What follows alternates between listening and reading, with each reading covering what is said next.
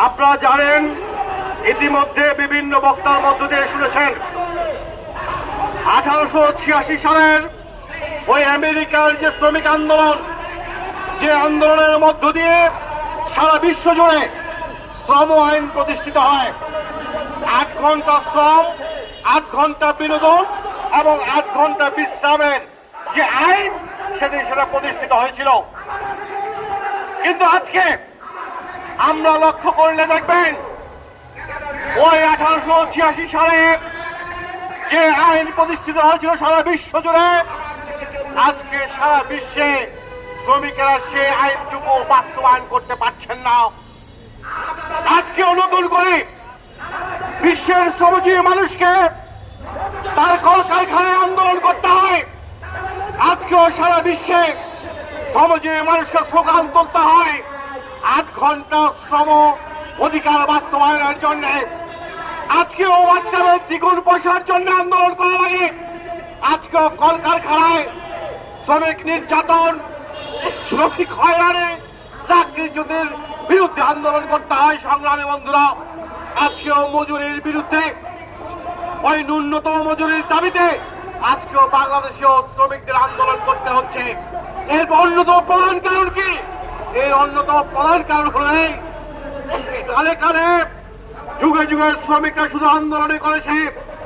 সাময়িক কালে কিছু ফায়দা হাসিল হয়েছে, কিছু কিছু আইন হয়েছে, কিন্তু এই আইন যারা বাস্তবায়ন করবেন, এই আইনের ভিত্তিতে যারা কলকারখানাগুলোকে পরিচালনা করবেন, আমরা লক্ষ্য করেছি ওই শাসক শ্রেণী, ওই মালিক শ্রেণী, তাদের হাতে আইন থাকার কারণে শ্রমিকেরা তাদের ভাগ্যের পরিবর্তন করতে পারে নাই, তারা ফায়দা হাসিল করতে পারে নাই।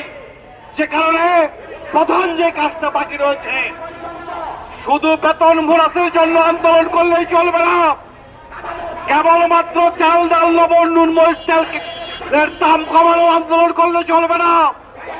কেবলমাত্র ওই দেশের অভ্যন্তরে মালিকদের যে নির্যাতন, নিপীড়ন, মালিক পক্ষ ওই নিপীড়ন, নির্যাতনের বিরুদ্ধে আন্দোলন করলে চলবে না। যেই কাজটা অন্যতম প্রধান দায়িত্ব, একমাত্র দায়িত্ব, সেই দায়িত্বের কাজটা হলো এই শাসক গোষ্ঠীর শাসন ব্যবস্থাটা, এটাকে পাল্টায় দেওয়া। এটাকে যদি পাল্টায় দেওয়া যায়, তবেই কেবলমাত্র সারা বিশ্ব জুড়ে শ্রমজীবী মেহনতি মানুষের অধিকার প্রতিষ্ঠিত হবে। এই শাসন ব্যবস্থা পাল্টাতে পারলেই আজকে ওই শ্রমিকদের ওই 12,500 টাকা মজুরি ঘোষিত হবে না, চালের বাজারে চালের দাম বাড়বে না, আলু, পটল, পেঁয়াজের দাম প্রতিদিন বাড়বে না। শ্রমিক তার বেতনের দাবিতে আন্দোলন করলে তার বুকে গুলি হবে না। শ্রমিক তার অধিকারের প্রশ্নে কথা বললে তাকে হত্যার হুমকি দিবে না। ওরকম কোন সুযোগ থাকবে না যদি রাষ্ট্র ব্যবস্থাটাকে পাল্টানো যায়। সংগ্রামী বন্ধুরা, এই তাপদাহের মধ্যে আমি বক্তৃতা দীর্ঘায়িত করব না। আমি শুধু বলবো, শ্রমজীবী মেহনতি মানুষের অধিকার যদি প্রতিষ্ঠা করতে হয়, যদি আপনার চাকরির নিশ্চয়তা, নিরাপত্তা চান, যদি রাষ্ট্রের অভ্যন্তরে ওই নিত্য প্রয়োজনীয় খাদ্য সামগ্রীর দাম আপনার ক্রয় ক্ষমতার মধ্যে চান, যদি দেশটা একটা গণতান্ত্রিক রাষ্ট্র চান, যদি ফ্যাসিবাদকে উচ্ছেদ চান, তবে একটাই পথ, এই শাসন ব্যবস্থার পরিবর্তন করা। আসুন আমরা এই মে দিবস অঙ্গীকার করি, আমরা এই মে দিবস অঙ্গীকার করি, এই মে দিবসের শোককে শক্তিতে পরিণত করে আমরা এই শাসন ব্যবস্থার পরিবর্তন করে এই বাংলাদেশ সহ সারা বিশ্বে শ্রমজীবী মেহনতি মানুষের রাজ প্রতিষ্ঠা করব।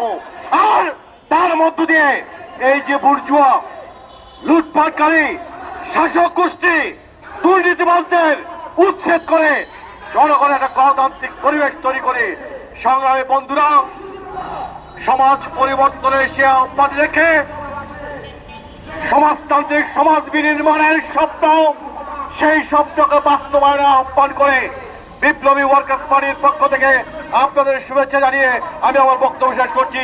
মেহনতি মানুষের জয় অনিবার্য।